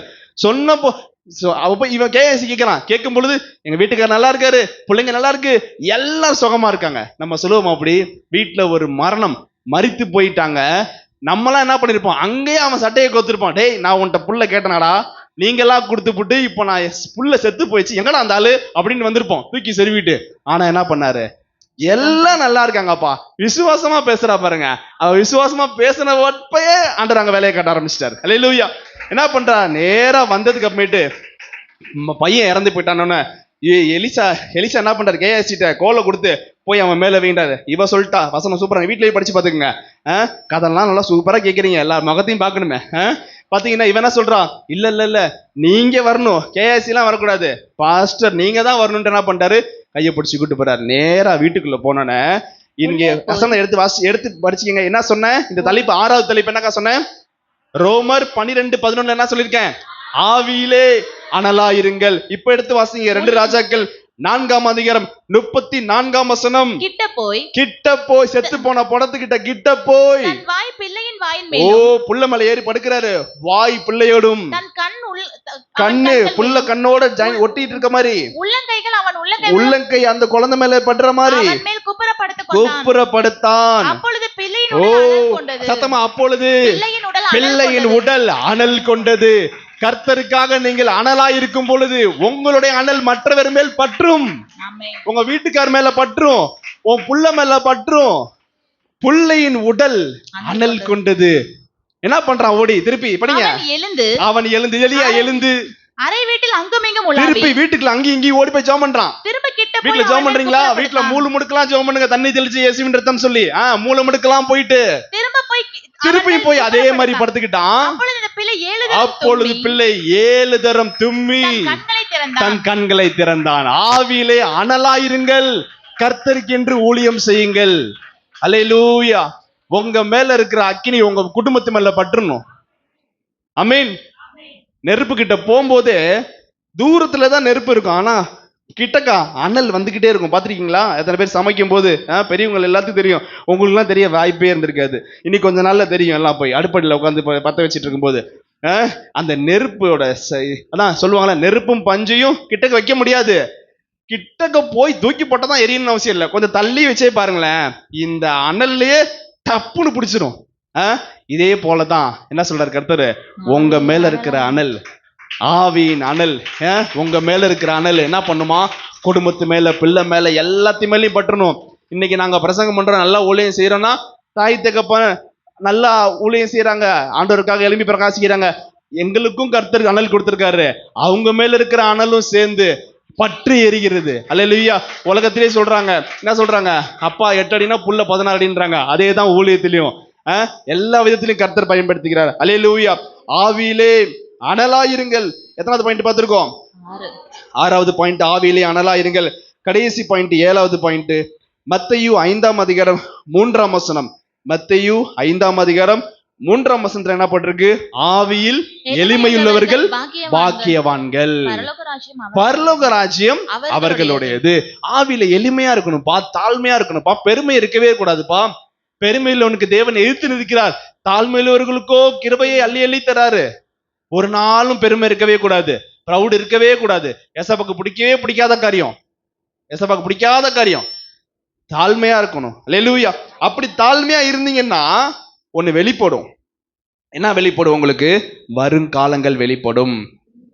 யோவான் 13ஆம் அதிகாரம் 21ஆம் வசனம், ஆவியில் எளிமையா இருக்கிறவர்களுக்கு ஒன்று வெளிப்படும். என்ன வெளிப்படும்? வரும் காலம் வெளிப்படும். யோவான் 13ஆம் அதிகாரம் 21ஆம் வசனம் படிங்க. இயேசு ஆவியிலே கலங்கினார். கலங்கி ஏன்பா கலங்கினாரு? படிங்க. உங்களில் ஒருவன் என்னை காட்டிக் கொடுப்பான் என்று வருங்காலத்தை பற்றி கர்த்தருக்கு அந்த இடத்துல பிதாவாக வெளிப்படுத்துறாரு. நீங்கள் ஆவியில் எளிமையா இருந்தீங்கன்னா வருங்காலத்தை பற்றி வெளிப்பாடு கர்த்தர் உங்களுக்கு கொடுப்பாரு. எந்த தீர்க்கதரிசி தேடி நீங்க போகணும்னு அவசியம் இல்ல, எந்த பிரேயர் டவருக்கும் போன் பண்ணணும் ஜெபம் செய்யுங்கன்னு கேட்கணும்னு அவசியம் இல்ல. நீ ஆவியில் எளிமையா இரு, வரும் காலத்தை பற்றி கர்த்தர் உனக்கு வெளிப்படுத்துவார். அல்லேலூயா. ஆவியிலே கலங்கி என்ன பண்றாரு? உங்களில் ஒருவன் என்னை காட்டி கொடுப்பான்னு சொல்லி தீர்க்க தரிசனமா சொல்றாரு. அல்லேலூயா. அல்லேலூயா. கடைசியாக 8வது காரியம், படிக்க வேணாம், எழுதி மட்டும் வச்சுக்கோங்க, முடிஞ்சா வேகமா படி. 8வது காரியம், ஆவியை பெற்று இழந்து. ஆவியை பெற்று 8வது காரியம், ஆவியை பெற்று இழந்து பரிசுத்த ஆவி மீண்டும் அவர்களுக்குள் வந்து எப்படி ஜொலித்தார்கள். 8வது பாயிண்ட், ஆவியை பெற்று இழந்து மனம் திரும்பியும் பரிசுத்த ஆவியானவர் உள்ளே வந்து எப்படி அவர்களை ஜெயிக்க வைத்தார் பாருங்க. உங்களுக்கு நல்லா தெரியும். நியாயாதிபதிகள் 16ஆம் அதிகாரத்துல 19, 20, 21 வாசிக்க வேணா. 19, 20, 21 உன்னுடைய பலம் எங்கே? கொண்ட போட்டிருக்கேன் பாரு, சடை போட்டிருக்கேன் பாரு, 7 சடை தொங்குது பாரு, இதுல தான் உண்மையை உடைச்சிட்டான். என்ன பண்றான்? அழகா மடியில படுக்க வச்சு தடவி கொடுத்து எல்லாம் மொட்டை அடிச்சுட்டான். மொட்டை அடிச்சோன்னே வசனம் போட்டிருக்கு, முன்பு போல பெலிஸ்தியர் வந்தார்கள், நான் கிழிச்சிருவேன், பண்ணிடுவேன், நெஞ்ச நிமிச்சிட்டு வரான். போட்டிருக்கு வசனம். கர்த்தருடைய ஆவி, கர்த்தருடைய பலம் அவனை விட்டு நீங்கிற்று. அவனுடைய பலம் அவனை விட்டு நீங்கிற்று. அது தெரியாம முன்பு போல எஞ்சி போய் பண்ணுவேன்னு சொல்லிட்டு அடி உத வாங்கிட்டு வந்து படுத்துட்டான். 2 வெண்கல போட்டு இது பண்ணிட்டாங்க. கவனிங்க, 19ஆம் வசனம் 20ஆம் இது எத்தனை இது 28ஆம் வசனம் 29ஆம் வசனம் 30ஆம் வசனத்துல போட்டிருக்கு. அப்பொழுது சிம்சோன் கர்த்தரை நோக்கி சிம்சோன் கர்த்தரை திரும்பவும் சிம்சோன் கர்த்தரை நோக்கி கர்த்தராகிய ஆண்டவரே நான் என் 2 கண்களுக்காக ஒரே தீர்வையாய் பெலிஸ்தர் கையில் பழிவாங்கும்படி என்று சொல்லி இந்த ஒரு விசை மாத்திரம் என்னை நினைத்தருளும் சொல்லி பலப்படுத்தும் ஓ தேவனே என்னை பலப்படுத்தும் என்று சொல்லி பலமாய் சாய்க்க எப்படி முழு பலத்தோடு சாய்க்க எல்லாத்தையும் கொண்டு போட்டான். அவன் வசனம் போட்டிருக்கான், அவன் உயிரோடு இருந்து கொன்னத பார்க்கலாம், அவன் சாகும் போது அநேகரை எல்லாத்தையும் சத்துருக்கள் மொத்தமா நிர்மலமாக்கணும். அல்லேலூயா. அவன் என்னதான் இழந்து போனாலும் அந்த ஆவியை இழந்து போனாலும் மீண்டுமாய் கர்த்தர் உயிர்ப்பித்தார். அல்லேலூயா. சங்கீதம் 51ஆம் அதிகாரம் 10ஆம் வசனம் 11ஆம் வசனத்துல போட்டிருக்கு. தாவீது சொல்றாரு, சங்கீதம் 51 10 11 என்ன போட்டிருக்கு? உம்முடைய இரட்சிப்பின் சந்தோஷத்தை உம்முடைய சமூகத்தை விட்டு என்னை தள்ளாமலும் உம்முடைய பரிசுத்த ஆவியை என்னிடத்திலிருந்து எடுத்துக்கொள்ளாதுங்கப்பா. இரட்சிப்பின் சந்தோஷத்தை திரும்ப தந்து ஓ இரட்சிப்பின் சந்தோஷத்தை திரும்பவும் தந்து உற்சாகமான ஆவியினை தாங்கும்படி செய்யும் என்று கேட்டுக்கொண்டார். அல்லேலூயா. இழந்து போனாரு. 2 சாமுவேல் 6ஆம் அதிகாரம் 14ஆம் வசனம் பாஸ்டர் ஆராதனையில சொன்னாங்களா? 2 சாமுவேல் 6ஆம் அதிகாரம் 14ஆம் வசனம் கர்த்தருடைய பெட்டி திருப்பி கொண்டு வரும்போது என்ன ஆச்சு பாருங்க. வசனம் 2 சாமுவேல் 6ஆம் அதிகாரம் 14ஆம் வசனம். தாவீது ஏபோத்தை தரித்துக்கொண்டு முழு பலத்தோடு அனல் முடிங்க முழு பலத்தோடு கர்த்தருக்கு முன்பாக நடனம் பாடினான். அல்லேலூயா. கரங்களை திரிக்கத்திர மேம்படுத்துவோமா?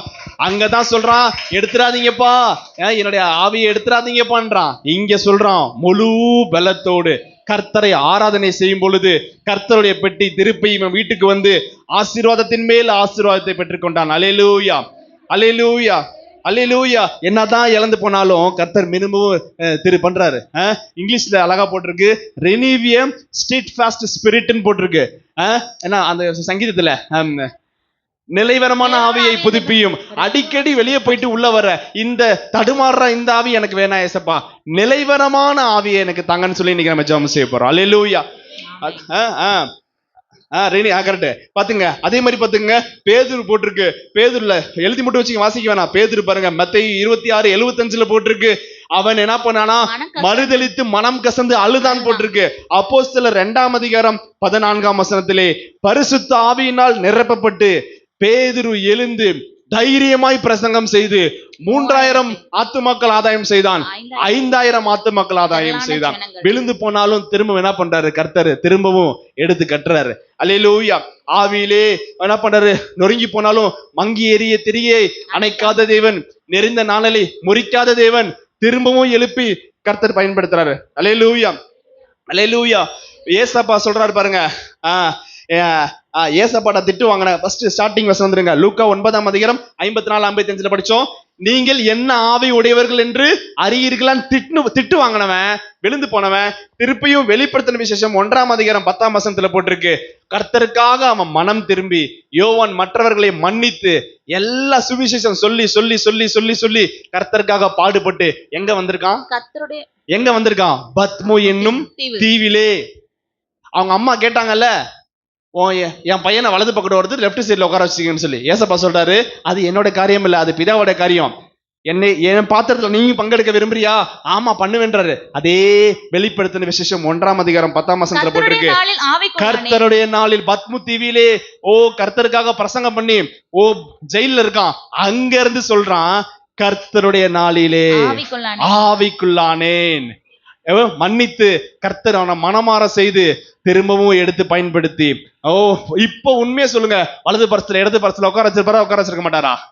கண்டிப்பா உட்கார வச்சிருப்பாரு. அல்லேலூயா. அல்லேலூயா. கடைசி வசனம் பாருங்க. கடைசி வசனம் எத்தனை வசனம் தம்பி சொல்லுவ? எசேக்கியேல் 29ஆம் அதிகாரம் 20 போட்டிருக்கு. கர்த்தர் தீர்க்க தரிசனம் சொல்லுன்றார் எசேக்கியேலை பார்த்து. என்ன தீர்க்க சொல்றாரு? போய் பார்த்தா பெரிய வனாந்தரம், அதுல எலும்பு ஒரு சைடு, தலை ஒரு சைடு, அது ஒரு சைடு, இது ஒரு சைடு கிடக்குது. படிங்க. கர்த்தர் என்ன பண்ண? 29ஆம் வசனத்துல தீர்க்க தரிசனம் உரை, எலும்புகளே கர்த்தருடைய வார்த்தை கேளுங்கள், நான் உங்களுக்குள் ஆவியை பிரவேசிக்க பண்ணுவேன், உங்களுக்குள்ளே என் ஆவியை பிரவேசிப்பேன், அப்பொழுது உயிரடைவீர்கள். ஃபர்ஸ்ட் ஸ்டார்டிங் என்ன பாட்டு பாடணும்? எலும்புகள், உலர்ந்த எலும்புகள் உயிரோடு எழும்பட்டும். அப்படின்னு சொல்லிட்டு ஆவி உள்ளே பிரவேசித்த பொழுது நரம்பு. கால் ஊன்றி நின்றது. ஆமென். ஓ, இன்னைக்கு நீங்க மரித்து போய் கிடக்கலாம், வெளியே பார்க்கவும் இருக்கலாம், உள்ளுக்குள்ள ஆவியில மரிச்சு போயிருக்கலாம், இருதயத்துல ரொம்ப உடைஞ்சு போயிருக்கலாம். கர்த்தருடைய பரிசுத்த ஆவியானவர் பலமாய் உங்கள் மேல் இறங்கும் பொழுது கால் ஊன்றி நிற்பீர்கள், கர்த்தருக்காக ஊழியம் செய்வீர்கள். அல்லேலூயா. எசேக்கியேல் 37:9 முதல்ல சொன்னது எசேக்கியேல் 37:9 படிச்சாச்சு நீ வேணாம். ஆவியை நோக்கி தீர்க்க தரிசனம் உரை எதை பார்த்து தீர்க்கதரிசனம் வரைக்கும் சொல்றாரு பாருங்க, ஆவியை தான் பார்த்து தீர்க்கதரிசனம் வரைக்கும் சொல்றாரு. எசேக்கியேல் 37:14 கர்த்தர் சொல்றாரு, வந்திருக்க விசுவாசிகளை பள்ளி பச்சல சொல்றாரு, என்னுடைய ஆவியை உங்கள் மேல் வைப்பேன், நீங்கள் உயிரடைவீர்கள். நீங்கள் உயிரடைவீர்கள். கரங்களை திரி கத்திர மேம்படுத்துவோமா? கர்த்தர் சொல்ற, என்னுடைய ஆவியை உங்கள் மேல் பைபிள் அப்படியே வச்சுட்டு அப்படியே முழங்கால் படுங்க. ஓ, என் ஆவியை உங்கள் மேல் வைப்பேன், அப்பொழுது நீங்கள் உயிரடைவீர்கள். பார்க்க ஒண்ணுமே இல்லாத மாதிரி தெரியலாம், நீங்க முழங்கால் போடுங்க, அப்படியே முழங்கால் போடுங்க வேகமா. நீங்க பார்க்க சாதாரணமா இருக்கலாம், ஒன்றுமில்லாமல் உலர்ந்து போய் உங்கள் வாழ்க்கை காணப்படலாம். ஒன்றுமே இல்லை, நான் அவ்வளவுதான் அப்படின்னு சொல்லி உங்கள் வாழ்க்கை காணப்படலாம். கர்த்தருடைய ஆவியானவர் உங்கள் மேல் இறங்கும் பொழுது நீங்கள் காலூன்றி நின்று உயிரடைவீர்கள் என்று கர்த்தர் சொல்லுகிறார். தீர்க்க தரிசனம் உரைக்கிறார். உலர்ந்து போய் ஒரு எலும்பு சாப்பிட்டு தூக்கி போட்டோன்னா அது அப்படியே காஞ்சி போய் ஒண்ணுமே இல்லாம அப்படியே வெறும் எலும்பு மட்டும் கிடக்கும். அவ்வளவு எலும்பு. அப்படிப்பட்ட வாழ்க்கை உங்கள் வாழ்க்கை. காய்ந்து போன நிலைமையில ஒண்ணுமே இல்லாம, ஈரமே இல்லாம, ஒண்ணுமே இல்லாம அப்படியே காய்ந்து போய் வறட்சியான வாழ்க்கை காணப்படுதா? கர்த்தருடைய பரிசுத்த ஆவியானவர் உங்களுக்குள்ள இறங்கும் பொழுது நீங்கள் மீண்டுமாய் உயிரடைவீர்கள் என்று கர்த்தர் சொல்லுகிறார். சத்தத்தை உயர்த்தி வாய்களை திறந்து சொல்லுவோமா? அப்பா, என்னை உயிரடை செய்யுங்கப்பா, உலர்ந்த என்னுடைய வாழ்க்கை உயிரடை செய்யுங்க. சத்தத்தை உயர்த்தி கேட்போமா? சத்தத்தை உயர்த்தி கேட்போம். என்னோட வாழ்க்கைய உயிரடைய செய்யுங்க தகப்பனே. உமக்காக நான் ஊழியம் செய்ய அனுக்கிரகம் பண்ணுங்க தகப்பனே. கர்த்தர் மனிதன் இருதயத்தை பார்க்கிறான், பார்க்க நல்லா இதாதான் இருக்கு. கர்த்தர் ஆவிகளை நிறுத்தி பார்க்கிறார் என்று எங்களோடு கூட பேசினீரே, உமக்கு நன்றி. காலேபை போல, யோசுவாவை போல வேறே ஆவியை உடையவர்களாய் நாங்கள் இருக்க, விசுவாசம் என்னும் வேறே ஆவியை உடையவர்களாக நாங்கள் இருக்க அனுக்கிரகம் செய்யுங்கப்பா. உங்கள் ஆவியை குறித்து எச்சரிக்கையா இருங்கள் சொன்னீரே தகப்பனே. நாங்கள் என்ன ஆவி உடையவர்கள் என்று எச்சரிக்கையா இருக்கணும்ப்பா. எப்பொழுது நாங்கள் அலர்ட்டா இருக்கணும் தகப்பனே. அப்பா, ஒவ்வொரு நாளும் எங்களை பரிசோதனை செய்து கர்த்தருக்கு முன்பாக பரிசுத்தமாய் நாங்கள் வாழணும்ப்பா. ஆவியை அவிழ்த்து போடாதீர்கள் சொன்னீரே. சவுலை போல தகப்பனே ஆவியை அவிழ்த்து போடாதபடிக்கு தகப்பனே எப்பொழுதும் நாங்கள் ஆயத்தமாய் காணப்பட அப்பா. அனலுமின்றி குளிருமின்றி என் வாயிலிருந்து வாந்தி பண்ணி போடுவேன் நம்முடைய வேதவசனம் சொல்லுது. அந்த மாதிரி இல்லாதபடிக்கு நாங்கள் எப்பொழுதும் அனலாயிருக்க கர்த்தர் அனுக்கிரகம் செய்யுங்கப்பா. கர்த்தர் அனுக்கிரகம் செய்யுங்கப்பா. கர்த்தர் அனுக்கிரகம் செய்யுங்கப்பா. ஆவியை அடக்க வேண்டும்பா. என்ன மனசுல நினைக்கிறோமோ அதை நாங்க வாயில பேசக்கூடாது. இந்த வார்த்தை சொல்லும் போது கரெக்டா யோசிச்சு பார்த்து 1க்கு 1000 டைம் நிதானித்து அப்பா எங்கள் ஆவியை அடக்க கர்த்தர் அனுக்கிரகம் பண்ணுங்க தகப்பனே. அப்பா, 6வது காரியம், அப்பா ஆவியிலே அனலா இருங்கள், கர்த்தருக்கென்று ஊழியம் செய்யுங்கள் சொன்னீரே. எலிசாவை போல ஆவியில் அனலாயிருக்க எங்களுடைய அனல் எங்கள் குடும்பத்தில் பற்ற அப்பா, எங்கள் சொந்த பந்தத்தில் பற்ற, நாங்கள் போராட வரோட எல்லா இடத்துலையும் பற்ற, எங்கள் திருச்சபையில் பற்ற அனுக்கிரகம் செய்யுங்க தகப்பனே. அப்பா, 7வது காரியம், ஆவியில் எளிமையுள்ளவர்கள் பாக்கியவான்கள் சொல்லியிருக்கீங்களே, பரலோக ராஜ்யமே அவர்களுடைய இதுன்னு சொல்லியிருக்கீங்களே. நாங்கள் ஒரு நாளும் அப்பா பெருமை அப்பா கோபம் எதிலும் விழுந்து போகாதபடிக்கு தகப்பனே ஆவியில் நாங்கள் ரொம்ப ஹம்புலா எளிமையா இருக்க அனுக்கிரகம் பண்ணுங்க தகப்பனே. அப்பா, இழந்து போய் அப்பா ஆவியை இழந்து போய் திரும்பவும் அப்பா பெற்றுக்கொண்ட சிம்சோனை போல நாங்கள் வெற்றியுள்ள வாழ்க்கை வாழ அப்பா, பேதுருவை போல தைரியமாய் எழுந்து பிரசங்கம் பண்ண அப்பா, தாவீதை போல முழு பலத்தோடு எழும்பி பிரசங்கம் பண்ண உம்மை நாங்கள் ஆராதிக்க அனுக்கிரகம் பண்ணுங்க தகப்பனே. அனுக்கிரகம் பண்ணுங்க தகப்பனே. அப்பா, இந்த யோவானை போல பரிசுத்த ஆவியினால் மாற்றப்பட்டு அப்பா மீண்டுமா எழும்பி ஊழியம் செய்ய அனுக்கிரகம் பண்ணுங்கப்பா. ஒரு விசேஷித்த ஆவி பிள்ளைகள் மேல் இறங்கட்டும்பா. விசேஷித்த ஆவி பிள்ளைகள் மேல் இறங்கட்டும் தகப்பனே. அப்பா அப்பா ஒரு அபிஷேகத்தால் நிரப்புங்கப்பா. உமக்காக எழும்பி பிரகாசிப்பதற்கு தகப்பனே பிள்ளைகளுக்கு விசேஷித்த ஆவியை நிரப்புங்க தகப்பனே. அப்பா, தெய்வீக சமாதானத்தினாலும் சந்தோஷத்தினாலும் அப்பா கிருபையினாலும் அப்பா பிள்ளைகளை நிரப்புங்க. அப்பா, குடும்பம் முழுவதும் எழும்பி பிரகாசிக்க அனுக்கிரகம் பண்ணுங்க தகப்பனே. அப்பா, குடும்பம் முழுவதும் எழும்பி பிரகாசிக்க அனுக்கிரகம் பண்ணுங்க. அப்பா, உம்முடைய வருகை வரும் பொழுது அப்பா நாங்கள் ஒரு கூட்ட ஜனமாய் ஆயத்தமாய் பரிசுத்தமாய் ஆவியில் நிறைந்தவர்களாய் அப்பா உமக்கு எதிர்கொண்டு வந்து பரலோக ராஜ்யத்தில் எங்களுக்கென்று வைத்திருக்கிற ஆசீர்வாதத்தை நாங்கள் சுதந்திரித்துக் கொள்ள கர்த்தர் அனுக்கிரகம் பண்ணுங்கப்பா. அப்பா எங்களை மாத்திரம் அல்லப்பா, எங்கள் குடும்பத்தில் இருக்க எல்லாரையும் பற்றி உம்முடைய ஆவி பற்றணும்ப்பா, அக்கினி பற்றணும் தகப்பனே. அப்பா எங்க குடும்பத்துல ஜெபம் பண்ணுங்க, குடும்பத்துல ரசிக்கப்படாத எல்லார் மேலும் ஏசப்பாவோட ஆவி பற்ற வேணும். நீங்க மட்டும் வந்தா போதுமா? நீங்க மட்டும் ஃபயரா இருந்தா போதுமா? உங்க வீட்டுக்கார் ஃபயரா இருக்க வேணாமா? உங்க பிள்ளைங்க ஃபயரா இருக்க வேணாமா? அப்பா உங்க மனைவி ஃபயரா இருக்க வேணாமா? நீங்க கேளுங்க, அப்பா ஆவியிலே அனலாக்குங்கப்பா, குடும்பம் முழுவதும் ஆவியிலே அனலாக்குங்கப்பா, நாங்கள் குடும்பம் முழுவதும் ஆவியிலே அனலா இருக்கணும் தகப்பனே.